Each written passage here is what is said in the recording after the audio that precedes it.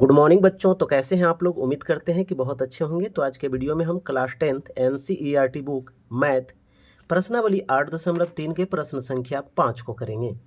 तो प्रश्न दिया हुआ है 5 में कि यदि सेक 4a बराबर कॉसेक a माइनस 20 डिग्री, जहाँ 4a एक न्यून कोण है तो a का मान बताइए। यानी 4a जो होगा वो 90 डिग्री से कम होगा। तो a का कुछ मान निकालें। यदि a का मान हम 30 निकालते हैं तो 30 चौ 20 से 120 हो जाएगा, 90 से अधिक हो जाएगा। अगर 15 निकालते हैं तो 15 चौ 60 ठीक है, 20 चौ 80 ये भी ठीक है। तो इस प्रकार से a का मान जो होगा आपको 20 के आसपास होगा।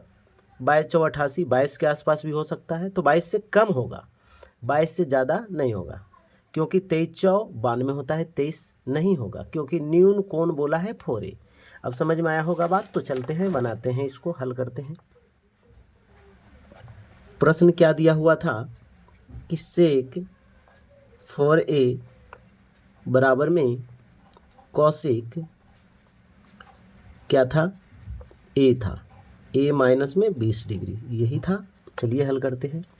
अब सेक को कॉसेक के रूप में बदल लीजिए या कॉसेक को सेक के रूप में बदल लीजिए, कोई परेशानी नहीं है। अब चलिए, चूंकि यहाँ लिख देते हैं कि कॉसेक 90 माइनस 4a बराबर क्या होगा, सेक 4a होगा जी होगा। तो सेक 4a की जगह पर क्या ये लिख सकते हैं जी, लिख सकते हैं सर।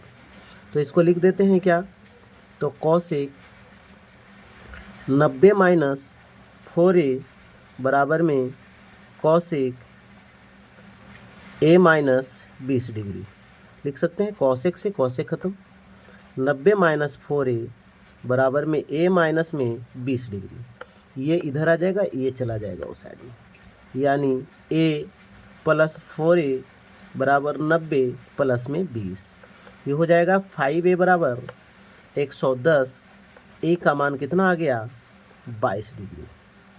अतः लिख देंगे कि अतः a बराबर कितना डिग्री आ गया, 22 डिग्री। आंसर हो जाएगा।